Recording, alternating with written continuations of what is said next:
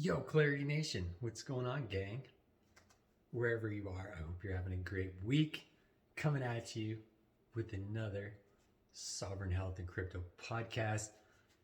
Kind of digging the Tao theme lately and how this fits into health. See, I think a lot of us, we come into the space. We come into DAOs, we get into crypto. We're looking for abundance. We're looking for community. We're looking for something outside of us. But the scale at which we find it is something that we're not used to. You know what I mean? Like, being in a room full of people locally is a lot different than being in a room full of people globally, right? It's tough. It's a lot different. And especially in these modern workspaces, these digital workspaces, we're primarily communicating over text. Over text, it's easy to misinterpret and misread things. It creates miscommunication. Emotions can get heated. So let's talk about that. This is a good reminder because I needed the reminder for myself recently as well, right? We must be continually building emotional resiliency. It is very easy to get triggered when we read something on a screen, or if you're doing a presentation and somebody unmutes themselves and kiboshes their presentation. I'm good. I know myself. I get mad when somebody's speaking and somebody's off mute and they start drowning out the speaker. That's just rude. I like, in those situations, while yes, it's understandable people get triggered, getting triggered is not the way to approach and handle the situation. We need emotional resiliency in order to mitigate the situation appropriately, right? We all know that things can get very out of hand very fast online when we're not careful.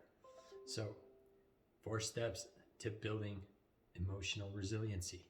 And this can apply anywhere, right? Regardless of whether you're working online, offline, these skills make a profound difference. Step 1, self-esteem, right? How you feel about yourself will determine how you feel and perceive the outside world. If you're feeling down on yourself, you're depressed, you're feeling like you're not pulling your own weight, it's going to be very easy to misconstrue things as attack on you for not pulling your own weight. You know what I mean? Working on your own self-esteem, doing what you need to do for you to have the confidence and the courage to show up on your game day in and day out, right? That's huge. Self-esteem. 2, focus on others. Focus on other people, right? Cultivate an attitude of focusing on other people. Make life about them, not you. And we've seen this all the time in the corporate world. The corporate world is a perfect example of this. And now we're starting to see this in DAOs as well, as some are getting bigger and larger and have more contributors. That dog-eat-dog attitude, right? That scarcity mindset. There's not enough out there, so I got to make sure that I hoard on my table. And we're just going to go to war if you come near me, right? That attitude, that's part of human nature. And that comes from being self-serving and being in a state of scarcity. Start focusing on other people, right? How many times have you let yourself down? As long as you're not a spineless squid, you've probably let yourself down a lot more than you've let down other people, right? When you're on a team, for some reason, it's a lot easier to stay motivated because you want to be on the team. You care. You want to be a part of the team. You don't want to be kicked off, right? That doesn't mean that you're sacrificing yourself and killing yourself in order to support the team, because that's not cool either, right? But you're putting others' needs before your own within healthy boundaries. Number 3, right? So we got self-esteem, focus on other people, and now we got self-control, right? How do you maintain self-control? Well, we've talked about this quite often. That's your 3 Ps, your passions, your purpose, your principle, your one thing mission, your stand, your ethos, right? Mission, vision, values. All of these principles, that's your North Star. That's how you maintain self-control. You're super clear on your why, you're super clear on your mission. All of that stuff is just noise. It doesn't matter, right? It no longer matters. It no longer gets to you because you're so connected with your drive, with your mission. You're unshakable. You're unflappable. Unflappable, right? You're not going to flap around in the wind. You got that unshakable belief. Self-esteem, focus on other people. Optimism. 4, self-control. I skipped optimism. That's okay. I've had lots of I am unable to read moments over the last few days. Number 3 is optimism, right? That doesn't mean toxic positivity. We've talked about this in other podcasts. It's also one of the skills of mental toughness, right? Same thing. Optimism, positivity. You're not looking for solutions in spite of roadblocks. You're not looking for solutions because you believe in the future. You're having an abundant mindset. Oh, sorry.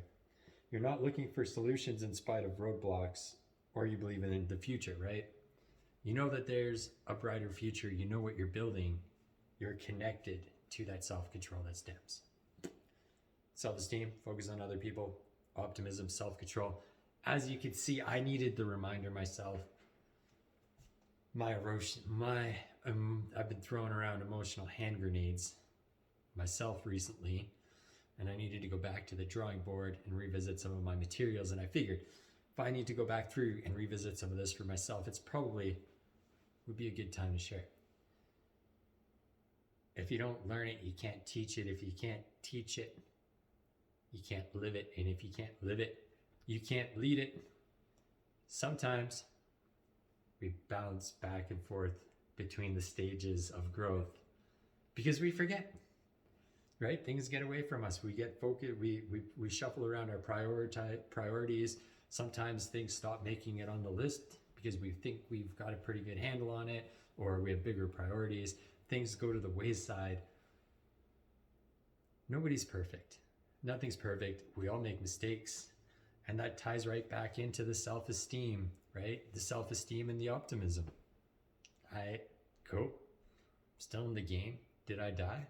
No. But I learned some lessons along the way. And now I'm stronger, right? Abundance comes from seeking simplicity. Goodness comes from seeking truth.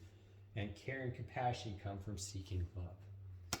That is how we are going to find the abundance and the emotional resiliency in this space, by following those 3 gems, right? Truth, simplicity, and love. Self-esteem, other-focused, optimism, self-control. Tie in the skills of mental toughness, positivity, breath control, visualization, micro goal setting.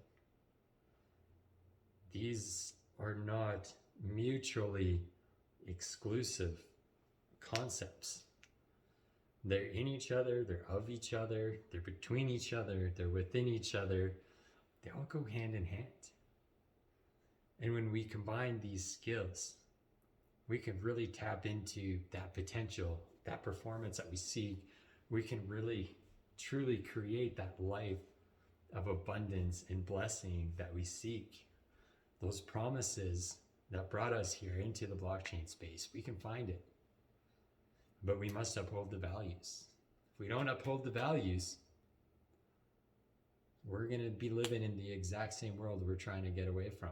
And there ain't no stopping that. It's a value shift. Realign. Clarity Nation, share this with somebody who needs to hear it. I guarantee that you have a friend out there that needs that emotional pick-me-up, that needs to get a rein in on those emotional hand grenades. We got this. Booyah.